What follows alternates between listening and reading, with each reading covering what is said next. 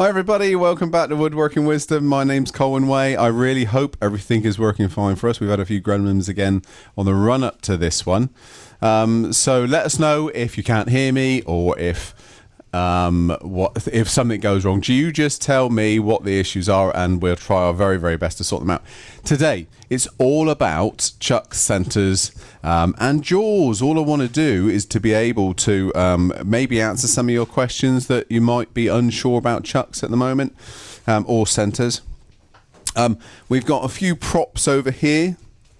We've got a few things to show you. We're going to take a chuck apart. I've got Ben over here in a minute. You're going to see Ben, hopefully. But there he is already. All ready to answer the question, or ask us the questions. And between us, hopefully, we're going to clear a few things up. Now, we are here as Axminster Tools. We make chucks and centers, and we are in our Axminster bubble. So if you've got another make of chuck, I can only assume to know the right thing. So please try and sort of direct your questions to Axminster Chucks and Jaws. If I do know, you can ask them, but I may not know everything about another chuck, for instance. We've got a video to show you as well. So again, fingers crossed, all that's going to go well, and hopefully, like I say, we can break a few of the boundaries in terms of chucks and centers.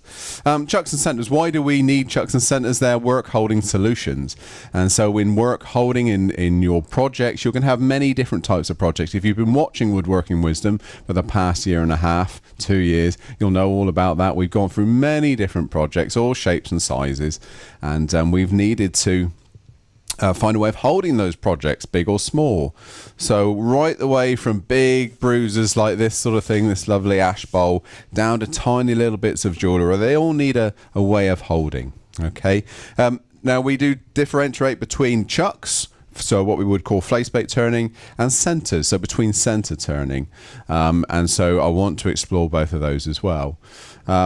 We here at Axminster, we have all 2 more taper stock, and most of our lathes in turn trade wise are 33 by 3.5. We do have some 1'8" threads as well, but in the wood turning world there are a big diversity of thread sizes and a couple of different Morse taper sizes as well, so we can look at that for you also. So I think we're going to go to the bench next, and we're going to start looking at questions. I'm going to spur some questions on. Hopefully, if you have any questions, just bring them through as normal. So Ben's gonna, like I say, he's gonna transfer those questions over. Have we got any? Is anybody there at the moment? They're all here. They're all checking in, saying everything seems okay, so we're good to go. Thank goodness for that. No questions yet. So we've got Ben on questions. Of course, we've got Steph doing the camera operating and all those sorts of things as well. So let's do a bit of a camera circuit, Steph, just to let everybody know where we are on cameras at the moment. We're not going to be doing any turning, so we've got this one, obviously the best one because it's got me and Ben in it.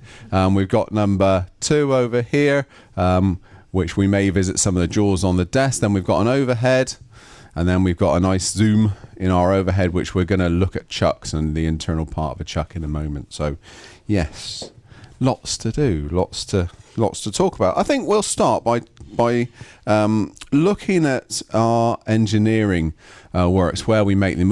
Both myself, Jason, and Ben are always talking about how proud we are to be part of this this chucks story, or Axminster Woodturning story. And we were here right at the beginning of the birth of the chucks and jaws and things for Axminster, back in, well, certainly I was back in 1984 anyway. Ben wasn't out of school, but 1984 is where we started making chuck jaws for wood turners, and they've come a long way. There's over 30 different sizes now. We're going to look at those in a minute, but also the centers, and centers are seldom explained or even talked about very much. They're just the sort of the poor relation to chuck jaws, really. So we want to do a lot to change that. So Steph, I think you've got lined up our first video. This is Paul Mason. He's our head of engineering, and this is just a little tour around the engineering works, and just a brief explanation of what goes into making chuck jaws, I hope. How are we doing, Steph? We all good? Struggling. You get a technical help. I thought you'd never say that, Ben. So bear with us. So yeah, like I say, what we're going to do is go through these chucks and jaws. I've got a chuck here lined up to take the back off. And a lot of questions are when it comes to maintaining chucks. You know, should I maintain a chuck? What do I need to do to maintain a chuck? To be quite honest with you, we don't. I mean, the back is never opened. Certainly in here, we never need to go into it. You never need to add grease or anything like that. It's a self-lubricating chuck. There is a grease inside, graphite grease. And all the years I've been turning, I've never needed to go inside and re-grease or anything like that. So, Steph, if you get that video up, just give me the shout. I'm just going to carry on in the meantime, okay? If we can just go to the Zoom first whilst you're searching for the video, and I'm just going to explain a bit about this, the internal parts of the chuck. So, if you go to the Zoom, Steph, we'll just open this chuck up. So we're just struggling to get on the Zoom at the moment. Okay. Lost our cursor on the computer. All right, okay. Right, okay, well, I'll carry on whilst you're talking about that. Very kindly, we had Cliff send in a nice list of the jaw dimensions. They're all available in the catalogue, but he's done a load and load of work looking at the jaw dimensions, both internal, external, and optimum sizes. So he sent that to us. We've put that as a link at the bottom of all the part lists at the bottom of the video, so you should be able to find that. I'm just going to carry on and undo the back of this chuck. Now this is just a little T20 Torx. I've got it very loose on my driver head here, so this won't strip any threads or anything like that. We're just reversing these screws out. Don't do this over shavings. If you do this over shavings, if you are intrigued and want to look in, if you do it over shavings, then you know what will happen. You're going to lose the screws. So I'm going to take, this is a keep plate. That's all that is. It's just a little keep plate.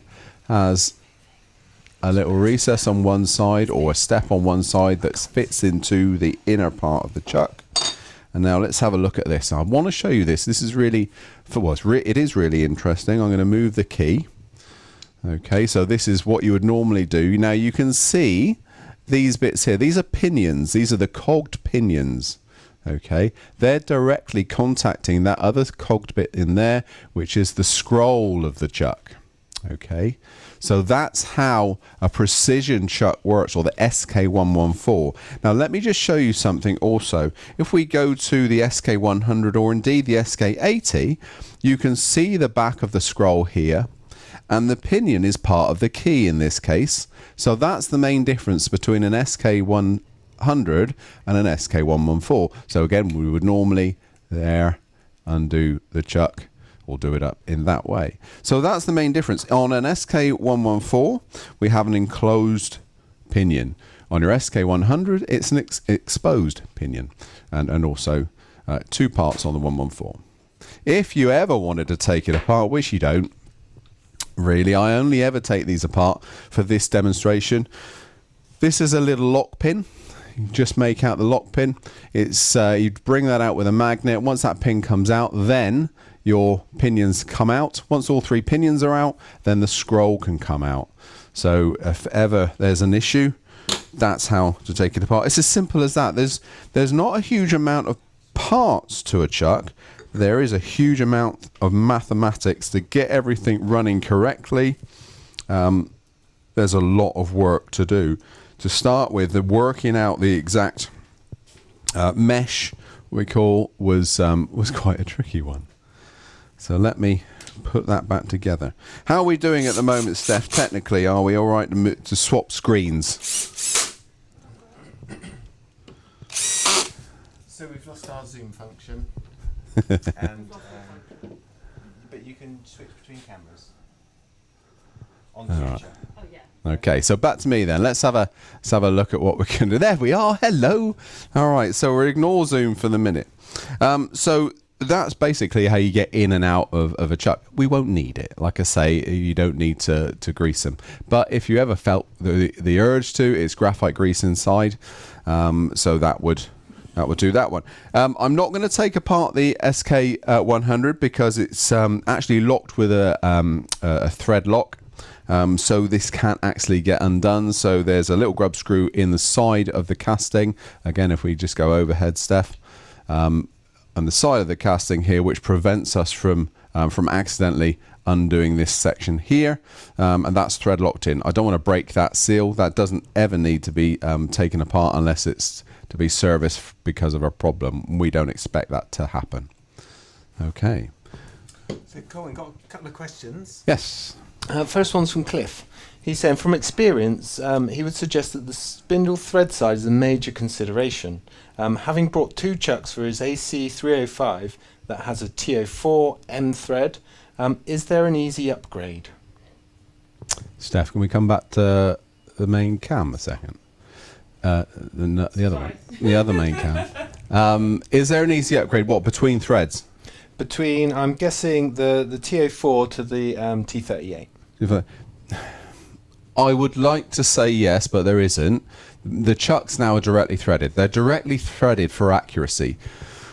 For a long time, we used to use threaded inserts, but the trouble with threaded inserts, it's another bearing surface on another bearing surface, so you're already doubling the amount of contact areas, which can lead to inaccuracies. So we've gone down the line of directly threading the chucks. In terms of the SK114, the whole body or the thread is threaded into the body. So no, there isn't. I mean, we sell one thread adapter. I would never recommend a thread adapter for the same reason. That's even more likely to throw anything off, because you've got threads contacting each other, not just a machine surface. So unfortunately, I would dedicate a chuck to the lathe. If in terms of upgrading, if you wanted to go to another lathe, so you wanted you've got a chuck already with a lathe and you're going to go to a different lathe that's got a different thread, then absolutely I would sell that chuck on, probably with the lathe, if you can, just to bring the value up a little bit. But I know chucks sell well on any selling sites, so things like Amazon and eBay, all those sorts of stuff, so you'll be all right with that. So these things like hold their value second hand, don't they? Massively, massively. You've probably already found out, if you're trying to buy a second-hand lathe or a second-hand chuck, you know how much they are if you go on one of the second-hand sites. So yeah, absolutely, they will. And then a question here from Frederick. He has a set of H jaws and he loves them, but they only hold up to 60 millimeters. Is there a jaw that's similar that you would recommend to hold smaller pieces? Smaller pieces, yeah, the Dove BFs. Now I don't have a set with me here. What I do have though is my Bible, is the catalogue. So the BF jaws was named after a chap, Frank Clark, that we know. I'm just going to try and find them here, but they're a much smaller set of jaws. And they have the same gripper type. Alternatively, let's have a look at this overhead cam. Alternatively, go for the grippers off of the SK80, and they're a lovely little in-between size. That one at the moment is around about 40mm optimum size. Okay, so that is another option. That will fit on your SK100. It will fit on the SK114. Just understand that you're not, they may not join right up in the middle because of the SK114 extra length of mounting jaw. So that's another option there, Frederick. And then David's saying he uses the SK114 and he loves it. With the SK100, doesn't the rack get clogged up with crud?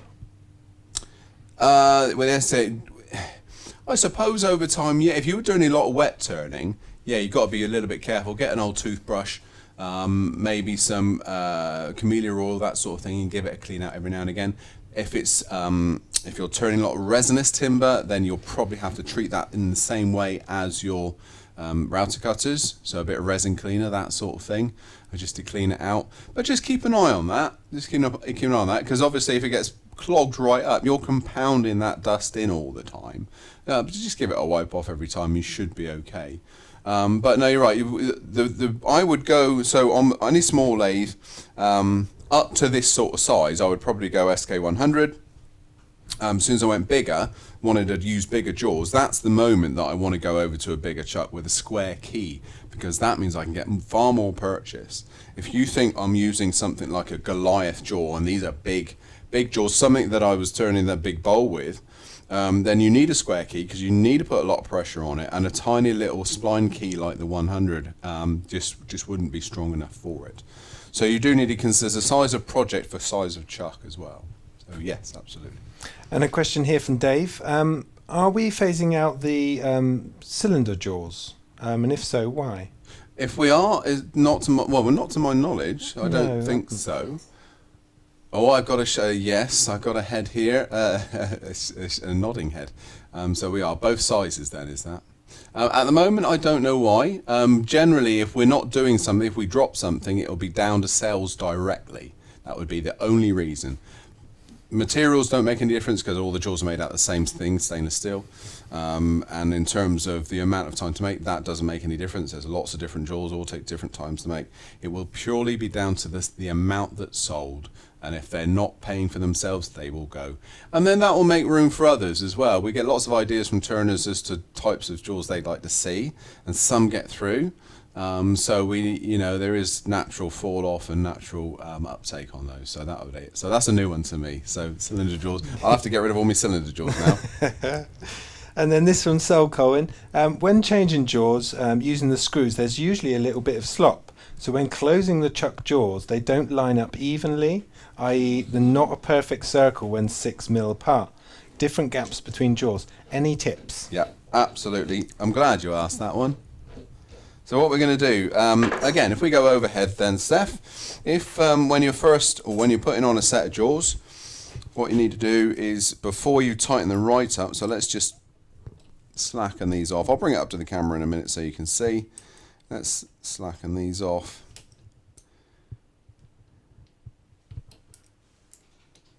Just a little bit. And then what we're going to do is just tighten everything together.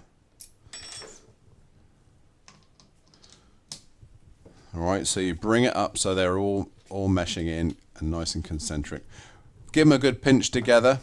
Okay, once you've done that, then you're going to go back, tighten up, and then you'll find everything to be nice and concentric. Alright, there we are. Alright, so slacken off, tighten together, or tighten onto a piece of timber, a bit of steel, whatever, and then tighten them back up afterwards. That's the way we've always done it.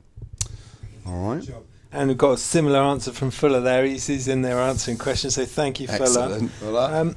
Pete says this one's a little bit off topic. He was sanding some rosewood on his new AT 430DS, but has gummed up the belt. Any option to replace the belt, or can it be cleaned? You can. I mean, there's all sorts of ways and sort of little tips and tricks, especially on things like YouTube. So you can get a specific belt cleaner. So it's like a rubber block almost. You could use something like that. I've also heard of carrier bags scrunched up really, really tight and used. Old nylon piping. And one of the more interesting ones I've seen recently was an old pair of trainers. Once they've used their, or gone past their use by date, use the sole of the trainers to run across the belt. That's a more unusual one out there. But that's the sort of thing before you go and replace straight away.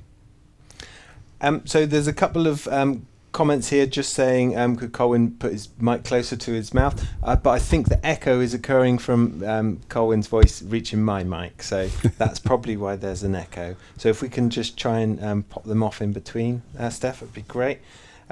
So Rustic Woody, Colwin, he has an older model APTC chuck. It's a light duty wood turner's chuck. Do current jaws and carriers fit this? I had the overhead a second, Steph. I had this sent to me again. This was by Kevin, saying this is exactly the one he has. Will the current jaws fit? So yeah, I brought this along especially. So great timing, great question. Yes, the jaws will fit this chuck, the APTC light duty chuck. It was modelled on the same body, so you won't have any problem there at all. I can put that to one side now. Thanks, Colwin. Happy for some more questions? Yeah, keep firing away. We'll keep going. So Frederick says he's bought an SK100 so he could keep it to use with other jaws, but when it came it didn't have the locking screw to stop it from opening out completely. Is that correct? He put a mark on it so it doesn't. The locking screw is a very recent thing. There was requests from overseas buyers to put a locking screw in. That's why we've done it. I would have said that's now probably into a year of being. So if you've bought a chuck before, then it won't have it. Basically, the locking screw, and I've personally taken them out of mine because I like to swap over very frequently. But if you're unsure and you're just starting out, keep the locking screw in. You won't see it, but inside there, Steph, if we go there, we have a light issue. But inside there, on one of the jaws, it's number 4, you can maybe just make it out. There's a little hole. That's where the locking screw would go. And that's where, if you expand the chuck out to its full range, that locking screw stops it from going any further. So if it's any older than about a year, then no, you wouldn't have one. And depending on how long it took stock to go through for the same reason. So that was in the new, what we call the new batch. Okay. So a question from Callum. Any tips on button jaws? It always finds when moving buttons they're either too close or too far to end up getting it just right, and he ends up using a push plate. And no tips really, apart from, I would always say, for speed. I get what you're saying. There should be enough movement in the chuck to cross over, but on those different sizes. What we do here, so take a regular long Allen key and cut the bent bit off, so that can then go in your cordless drill. Just make sure that when you use your cordless drill that the ratchet is really loose. Okay, and then you can very quickly, let me do this so you can see,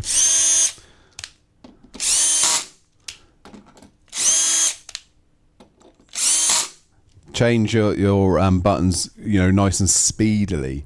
That would be my best bit of advice for those.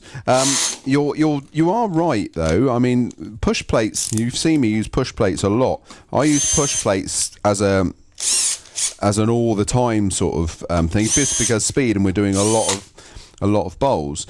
But your other option, of course, would be something like a set of wood plate jaws. This is a tiny little version of a wood plate jaw, but wood plate jaws, again, you've seen me use them quite big, and these will work in the same way as button jaws. If you wanted something that's a little bit more, I don't want to say versatile, because buttons are really versatile, but something you can sort of make exactly suit the project that you've made, then a wood plate jaw is really good. And wood plate jaws work by, you create the hold. This is the wood plate jaw itself, the bit of metal on the back, and then the wood plate gets screwed onto that, or the piece of wood gets screwed onto that. You then turn your recess, or your, you don't have to be a recess, it could be protruding, and you expand into a recess, for instance. But I've used these. This is set for coasters, just have an overhead view of that one. Coasters, just because of that size. I've also, whilst you're overhead a second, similar sort of thing, but a much smaller jaw. These nylon jaws used for holding things like the offset jewellery. So I have a set for holding the outside part of the piece of jewellery. Then I have a bit which I've drilled an offset hole in, and that will hold the piece of jewellery so the offset is centred. So that's quite a nice, it's sort of natural progression really. We go from button jaws to wood plate jaws, nylon jaws for smaller things, but it basically it's a set of jaws that you can make bespoke to the project that you're doing. Good stuff. Probably not something we can answer today, but Lawrence is asking, is there any chance in the future to produce an 80mm chuck with an M33 by 3.5 thread? I would have thought there could be. We are doing a few things that are going to be released in the summer, which would make that easier to happen. Potential some new ideas in chucks for us. Don't worry, nothing's changing in terms of jaws and being able to fit to your existing chucks, nothing like that. But there is potential that we could start doing that sort of thing with the new way of working. So at the moment, no, but watch this space. So there's lots of thanks and sort of we've cleared up a couple of questions there for people. Lots of good tips about cleaning belt sanders and things like that. So where are we here? Are Axminster chucks compatible with Patriot chucks? Would love to buy British, and that's from makers of chippings. If I'm honest, I'm not familiar at all with Patriot chucks, so I honestly don't know.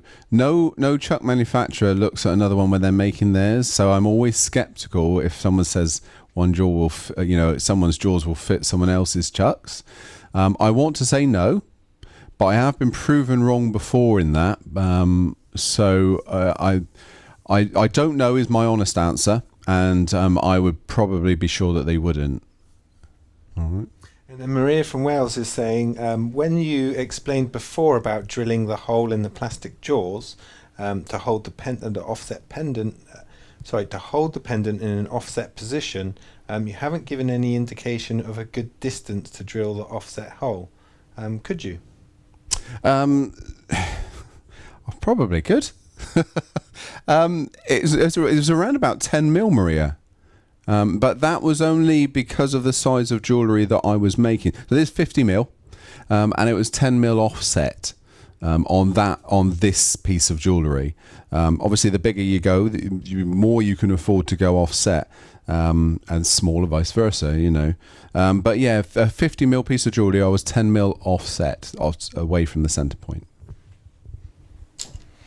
And then this from Sol. When designing the jaws, do the engineers do any testing to determine the holding potential of the jaws? We are in the middle of a load of testing at the moment, absolutely. There's several things when we change material. So if we look to make the jaws out of a different material, for instance, that needs to be considered. There are an awful lot of things that have to be taken into account when it comes to jaws and what they can hold, because timber is very different in species and within a particular species of timber. You can have a different degree of softness, hardness, that sort of thing. Is the piece out of balance? What speed is it being run at? What's the ability of the turner that's turning it? All of those things. So you can only really do a naked test. You can't. I'm always very fearful of telling people how big a piece you can put on a specific jaw, because I'm not in control of all those other things that could go wrong, you see. But in terms of grip strength and things like that, well, yes, we do test those, absolutely. And we're like I say, currently going through a batch of testing at the moment. So yeah, absolutely. Good. Well, that kind of answers the second bit of Sol's question. He's asking, he'd be interested to know how big he could go with the safely go on the deep grip jaws before needing the Colossus. Now, so the deep grip jaws, here we go. So the deep grip jaws, they are a very thick jaw. Okay, so you get a lot of thickness there.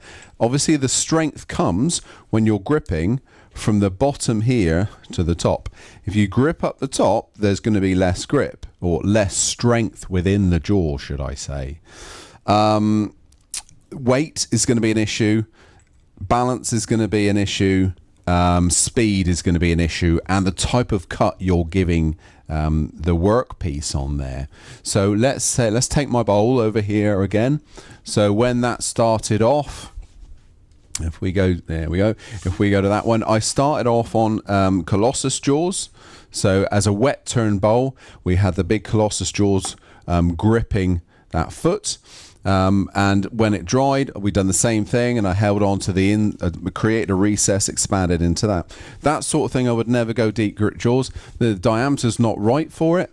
And the centrifugal force on something that big is not so much the jaws failing, but you're going to get a lot of that going, and it's not going to grip as sufficiently as something with a wider surface area, like the Colossus, with all those grips. You got a much bigger diameter, and that's going to give you a stronger grip. Okay, so my deep grip jaws I save for things like occasionally smaller hollow forms. When I say small hollow forms, I mean that sort of size hollow form. So not small, but that sort of size. Long stem goblets, if you want to go a long way, which was incidentally was the reason the 50mm cylinder jaws were come about. At a wood turner, Stuart Batty in the States, wanted to make long stem goblets as one of his signature pieces, and he wanted a jaw that was a bit longer that could hold those fairly narrow long pieces. So those deep grip jaws are perfect for that. Or if you're doing a load of rough turning, not that size but a little bit smaller, the deep grip name, recess on the inside of your bowl, and then expand those jaws into it. Because it's a deep grip, you can still get chuck key access. Okay, so there's another good thing. There's dovetail on the inside and outside at the end on that one. But be careful, like I say, on that you will be right at the very edge of the jaw. Okay, so a question here from Anton. Why are the jaws and the chuck positions numbered? All right, let's have a look. So if we go to this chuck, I'm just checking to make sure I've taken that screw out of that one as well. So we've got two things happening here. When these are machined, we still not able to get the video up, Steph? No? Okay. We'll do that another time, everybody. When these jaws are made, okay, they're made on a CNC lathe and they're turned as a complete round. Once that's happened, they're taken off and there's a 6mm groove milled down through them. So they're separated that way. Okay, so if you're going to get any error, it'll be magnified if you then put these back together out of order, out of the sync that they were made in. So they're numbered at that point. So you put them together in the machined, the same areas they were machined. Okay. Now, in terms of the mounting jaws, and I'm going to take this apart for you and show you a little bit more. And what I'm going to do is cheat the system and just zoom in with this camera a minute and do that. So let's take these off,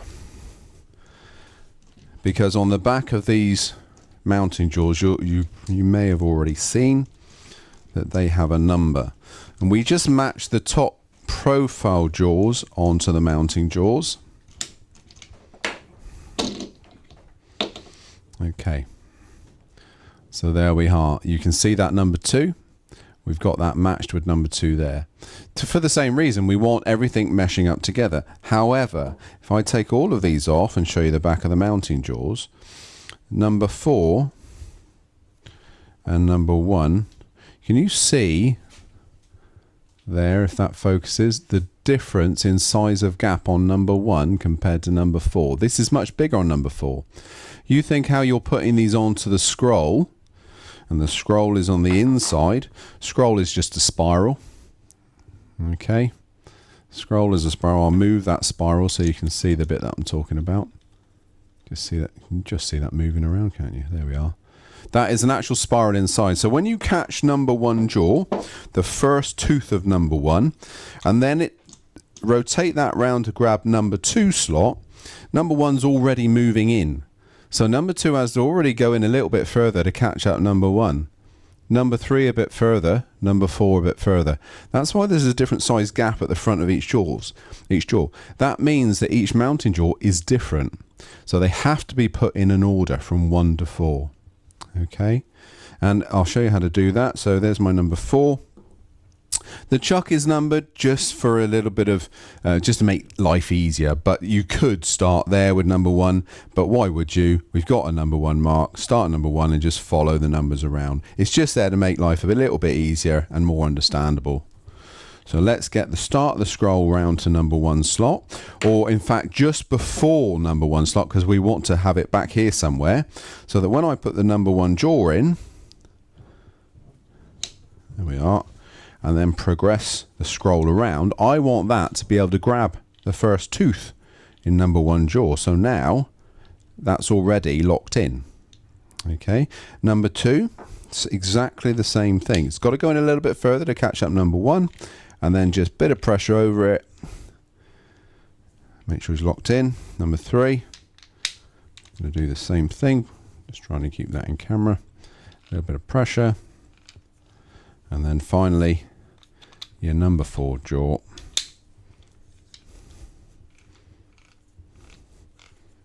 And then when you wind that all together, you'll have them meshing up nicely.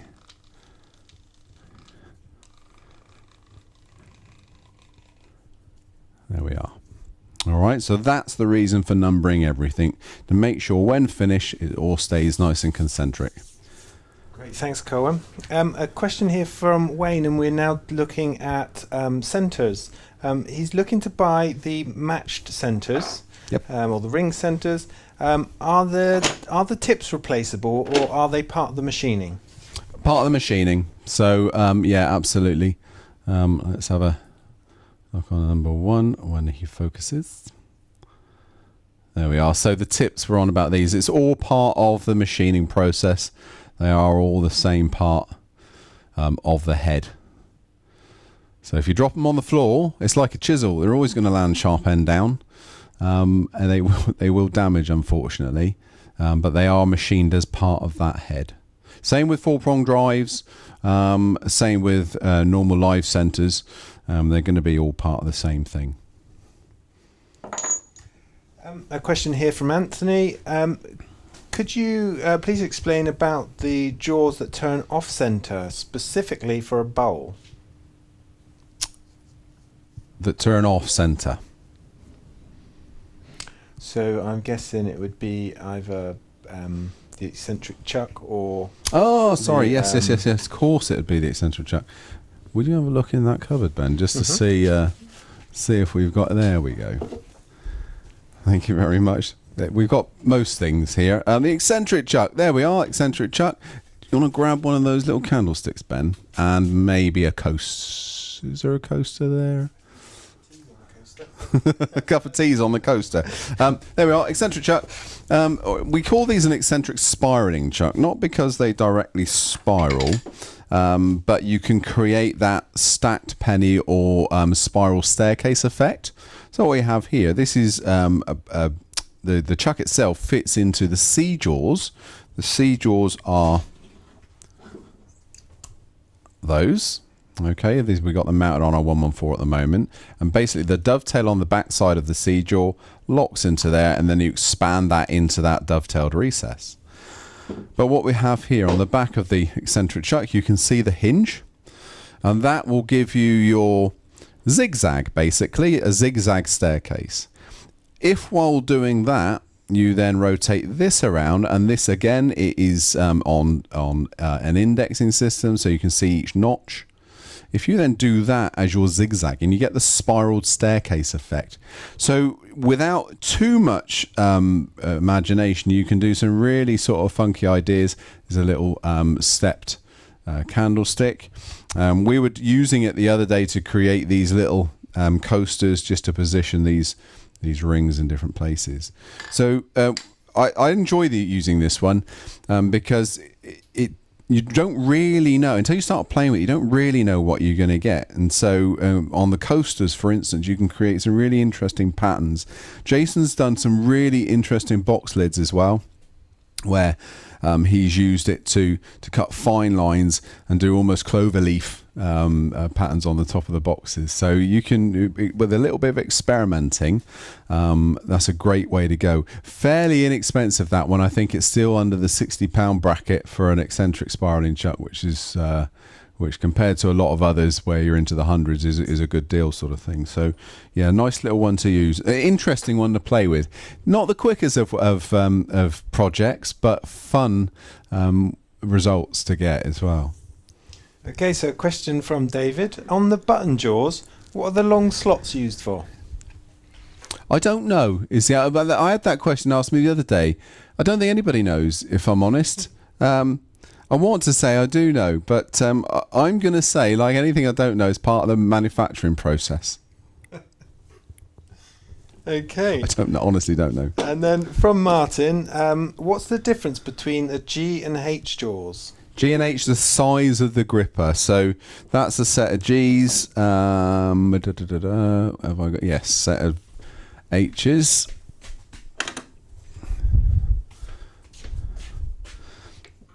So on the G, you've got the gripper on the inside. Okay, here you've got a dovetail on the outside. On the H's, we have 3 gripper sections. You've got gripper on the outside, on the inside main, and on the inside small. Okay, so physically a much smaller jaw, but you've got more gripping areas. And then a question from Dancers with Aardvarks. What are the best jaws for drilling the end of 10 to 12 inch long spindles between 18 and 25 millimeter square? Read that again. 10 to 12. 10 to 12 inch long. 10 to 12 inch long spindles, and they are between 18 and 25 mil square. 18 and 25 mil. I would go for the 1 inch O'Donnell jaws, because you'll be able to get them right the way down, or if there's any left in stock, the 1 inch cylinder jaws. Okay, so the O'Donnell jaws 1 inch. Now remember, the measurements are done at the optimum, so they will close down below that 1 inch. All right, so yeah, that'll be the best option. And the other thing with them is that they're really quite long. Okay, like any O'Donnell, you know, there we go. In fact, there is a set. There's the 1 inch O'Donnells. Okay, so they go down really well. You can be able to expand them, and you get a really deep grip on those as well to take that 12 inch length. Okay, so a really good question here from Maureen. She said, sorry to ask if you already covered this, but what would you recommend for those newcomers who are trying to get started and have no idea where to start? C-jaws, absolutely, without a hesitation. Go for the jaws called C-jaws. If you don't have a chuck, go for the set or a set, and the set will come in either in an 80, 100 or 114 millimeter chuck. But get the set that has the faceplate ring and screw chuck, because I've got a couple of examples here. The faceplate ring, okay, acts as a faceplate. In this case, if I want to turn my bowl, faceplate goes on there. The C-jaws expand into that then, and then you can turn the back side of your bowl as you normally would, hold the foot, and then take out the inside. Other uses for that, I've got a couple, a sanding disc here, push plate here. They both use the faceplate rings. So really, really versatile and useful bit of kit. You can get as many faceplate rings as you need, and they all fit in the C-jaws. Or screw chucks. So if anybody's used a screw chuck, it's just a screw chuck is a single screw instead of your faceplate ring, which is multi-fixings. But this then grips on the internal part of your C-jaws. A C-jaw is this one here. Okay, and like I've already said, the eccentric sparring chuck also fits on there. So a lot of the other accessories fit on the C-jaw, whether you're using it on an 80mm, 100mm or the 114 chuck. A C-jaw is a really useful jaw to go with, and that's all you need to start with. Just go with a single jaw, then let your jaw selection develop with your turning. So you might decide you want to go down the hollow form route, so then the jaws would be more inclined to be things like hollow form jaws and deep reach jaws, those sorts of things. If you wanted to go for bowls, you would want to go bigger diameters for those reasons. So there's you've got to let your jaw selection grow with you, and start with something like C's unless you know a specific jaw you want to start with. Good stuff. From Woodwork Learner, for very small bowls, less than a 6 inch diameter, how shallow can the mortise be and still safely hold the piece? A couple of things here. So less than 6 inch diameter. We'll just briefly look at these on the overhead. So there's a tiny little bowl. This one has around about a 3.5 mil deep dovetail. In this case, this was on the middle size O'Donnell jaws, what I refer to as the OD 112s, but now I think they're 38mm Donnells. So that's that size. Let's just look at this one. This is slightly bigger than 6 inch, but it's a very thin plate. That is around about a 2 mil foot on that one, and that was the inner part of the C jaws. The reason that was okay is because the inner part of the C jaws has a 2 mil lip that grips. However, one thing I will say when it comes to grip on bowls is what it can hold and what the turner's ability to be able to turn it whilst it's holding that small. They're two very different things. You've got to think about potential grabbing, sharpness of the tools, the speed that you're turning at. So a lot of people forget the ability of the turner is to be an issue when it comes to holding. If I'm giving a beginner, a complete beginner, a set of jaws to hold their first bowl in, I'm going to go really thick, really chunky on the foot or the recess to make sure that if they get a grab or using a blunt tool, that it's not going to come off on them. So doing everything we can to make sure it's as safe as possible. What I can get away with and what a beginner can get away with may be two very different things. So think about that when you're selecting your jaws, when you're sizing your feet. You know, are you comfortable with it? Do you feel practiced enough doing that process? And then you can get away with a little bit more. And then from Dancers with Aardvarks, in chuck manuals it says do not clamp using the carrier jaws. What does that mean? Do not use the carrier jaws, I'm guessing, to hold a piece. There is no position for, or no grip to hold anything with, apart from internally, into the very internal part of the jaw, and it's tiny. So that would be the only thing I'm guessing there. The profile jaws are designed to grip and physically hold the timber, not the mounting jaws. And then Callum's asking, would, again, this is probably something we can't answer, would Axminster consider making an Evolution 900mm long rod so that the posts could screw in? Would that be... so the tool rest system, I'm guessing. Okay. Yeah, maybe the tool rest system, 900 long. So you're thinking maybe as a two post long tool rest, I'm guessing there. Really good idea. Really good idea. Yeah, again, it would be the only limitation there would be, you know, the amount that we could physically shift. How many people would go for that? How many people have a second banjo? All of those sorts of things. And we have done two post tool rests before, and they just haven't sold. I've had to make my own one up. I had a friendly engineer that made mine. That would be the only reason. If that's what you're talking about, I would guess that would be the reason that we potentially wouldn't.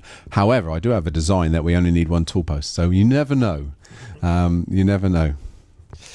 And could you, this is from Trevor, could you put the jaws in the incorrect sequence to put the piece slightly off centre for turning? You can do, but it won't be slightly off centre. It does shift it quite a lot. So yeah, you can, absolutely. Play around with that. It's not always just putting number 2 in first. You might have to start even, you know, with a number 3, because you've still got to get it concentric in the middle to grip properly. I wouldn't advise gripping just on a couple of jaws. So yeah, experiment with that. I don't tend to do it just because of the way I work. I find it easier on things like nylon jaws to drill them offset and then use it that way. But yeah, experiment. Just watch what the previous question. Just be careful about, you know, the size of grip compared to the size of project and to what you're cutting with on the lathe. Cool. Just from Maria, she's just brought a pair of match ring centres in 1 Morse taper. It's a good job. Maria, just in case you said anything, I just brought the proof in here as well. We have our 1 Morse taper. This is a 4-prong drive, but we're just doing some pictures on these to date. So yeah, well done, Maria. That was all down to you. Good job. So let's have a look. So Harold's asking, what is the outside diameter of the C jaws? Outside at their optimum, I'm going to measure them, which is bound to be different from what the catalogue or the web says, but I'm going to measure anyway. And we'll compare my measurements against the website and catalogue. So let's have a measure. I've got the external part of that at its widest point at the moment at 70 mil, 69 to 70 mil. Let's do a little test and see what we've got in here. And on the box, of course, when you buy a box, it will give you a size. So the C-jaws, 70 mil. That's not bad. All right. So I agree with the catalogue. 70 mil external. So if that's right there, that's going to give us an internal measurement of 56. Okay. One thing that I haven't spoken about today, but I love, if I'm using a set of dividers to size on the lathe, the speed sizers are quite a handy little thing to have. By using the speed sizer with a set of dividers, if we could go overhead a second, Steph. So you've seen me use this one before, but the speed size has, if I get the light right, there we are, internal, external measurement. So by, let's say, the C-jaw external, I'll put my dividers on the center and then expand out to where it says C. And that's going to give me my diameter to mark for a foot. Okay, same on the internal if you want to. So quite a handy little device, that one. Thought up by Chris Fisher. Really good. All right, Ben. Right, yeah. How are we doing? Pretty good, yeah. There's lots of questions still coming in. Are you happy to keep going with Keep questions? going, yeah. Good stuff. Yeah, because it means I don't have to keep talking too much. You sure? So Pete's asking, how do you attach the work to the Eccentric Chuck? Eccentric Chuck, so you've got screw holes and just basically wood screws. So we got the 3 screw holes here, just on the overhead, Steph. I can get this camera right. There we are. So 3 screw holes here. You can use hot melt glue on smaller projects. I will. It has to be a smaller project though. Hot melt glue is great, but on a metal surface like this, a big project will come off quite easily. So smaller projects, or a combination of the both, of course. You could just hot melt glue and some smaller screws. But this was done through screwing through, and I was about that distance from there. All right. We are working on another eccentric chuck, looking at making it a little bit more, I don't want to say complicated, I want to say giving you even more options. We don't want to touch this one because we don't want to make it more expensive, basically. So we want to give another option if you want to do a few other things, maybe go bigger, that sort of thing. So we are working on another one there. Lovely.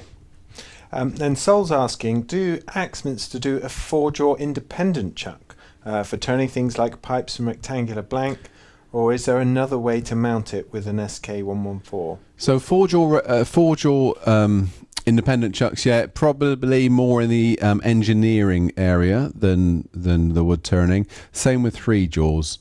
3-jaw independents or self-centering chucks, they'll be more in the engineering section. If I'm honest, I haven't checked, I don't know, but I know we certainly used to for the engineers, because the engineers won't touch self-centering chucks because they're less accurate in their opinion than they can get into with an independent. Well, not in their opinion, they'll be able to set the accuracy where self-centering you can't. Sorry, this is from Simon. Are there any new jaws in the planning? Can't think of anything not covered except perhaps bringing back the old rounded nose jaw that gripped into a cove. Oh, that which was thought up by Bert Marsh, of course. So his signature pieces used to have a very a curved foot on them, and so that was a Bert Marsh idea. No, we're not bringing those back again, unfortunately, down to the cells at the end of the day. We are working on other jaws, though. There's a few little areas that we just want to cover in terms of overlap of size. So, yeah, we're always looking at new jaws. There's one in particular between the C jaws and the A pluses that we're looking at the moment. So, yeah. I mean, one of the newest ones for us was the hollow form jaws. They're quite a nice one, and also the pen jaws. They're probably only sort of 4 or 5 years old, the pen jaws for holding pen blanks. So we're continuously expanding the range just to keep up. So David's saying, hi all, what chuck size would you recommend for the AC355 WL? AC355, that one over there, isn't it? You're right in the middle. Yeah, I would probably at first hand say something like the SK100. That would be a good all-rounder for that one. But you could get away. You could get away with the 114, but you wouldn't use the 114 to its full potential. So I would go probably with the SK100, which is this one here, 100mm chuck. Uses all the same range of jaws. The only one I wouldn't put on it would be the big button jaws, 16-inch button jaws, or the big Colossus, because you know that as soon as you put the Colossus jaws on, you're going to put Colossus pieces of timber on, and it's not made for that. So the 100 would be good to suit that lathe. And then a question from Dave. What's ideal? Change the jaws by undoing the screws or adding extra carriers? I'm going to go carriers all day long. For me, just having jaws that I can undo the chuck, swap the jaws over. If you've watched any of the Woodworking Wisdom projects, you'll see me just doing that all the time. Well, I don't now, even I just swap chucks over. But at home, or if I'm demonstrating at a club, I will often take the jaws out and screw another set back in by undoing the key, not undoing the bolts. Okay. Conval, I guess I'm not sure again we'll be able to answer this, but why are the pin jaws so much more expensive than the other jaws from the SK100 chuck? So the pin jaws, got them here somewhere, there we are. Pin jaws, if it's expense, then what it will be, it'll either be down to material costs. So if you compare it with one of these, for instance, they'll probably be the same. Again, Steph, we just go overhead. So these are the pin jaws here, and these are the extended jaws. Now, in terms of billet size, they're going to come out from a similar size billet. Okay, so you think about that solid piece of metal, and all this area here is removed, apart from that little bit. So it'd be material costs, and then machining time to get to that stage as well. That is all taken into account when pricing these jaws. If you get something like a set of C jaws, you know, little tiny flat set like that, you imagine the difference in steel. So it'd generally be that and machining time that comes with that. Okay. So a question from Martin. Do Axminster have replacement chuck keys for the SK1100? His is a bit burred and sometimes slips. Yeah, absolutely. So you can get a replacement chuck key and also get long chuck keys as well. And long chuck keys are fantastic when you're using the bigger jaws, or if you're using wood plate jaws, button jaws, those sorts of things to just throw you further away, or for doing bowl blanks if you're using faceplate rings. But yeah, replacement chuck keys and replacement long chuck keys are available as well. Good stuff. Simon's asking, how can we find a way to make the carriers more affordable? I think that'll be something for one of the other guys to answer. You think about the carriers are all individual jaws, so it's not like our other jaws where you machined us around and then they're split through all the same. Carriers are individual. Each one is different to number 4. So they're machined as 4s, as 3s, as 2, and they're done on the mill, and it's a completely different process. And once they've gone through that process, they're then rumbled, and the holes have to be drilled in, threaded, all those sort of things. So there's a lot of machining goes into those. Not a huge amount of material, but a lot of machining, and that's why the price gets escalated up. And if the mounting jaw isn't good in terms of accuracy, nothing will be. Okay. Harold's asking, generally, what is stronger, gripping with a recess or with a tenon?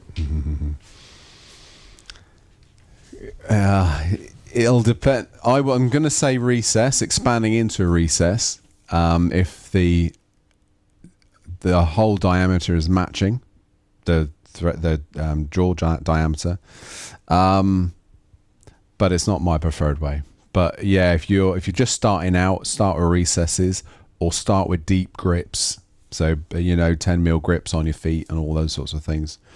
But it's a question asked quite often, and it's so many variables that are in there. You can make anything really strong, really sturdy. You can make everything really weak. If you're expanding into a recess and you haven't, let's grab a recess. Expanding into a recess, for instance, we can go overhead, Steph, here, and you haven't made this thick enough, you're going to expand and break this out. Or if you get a catch, you could break this out. So that would be weak for that reason, you know. So you got to think about the foot that you leave, the material you leave behind that expansion, to make sure it's strong. This is a relatively shallow one. This is around about 3 mil in depth. But again, if you're starting out, you might want to take that to 6 mil in depth to make sure it's really, really secure.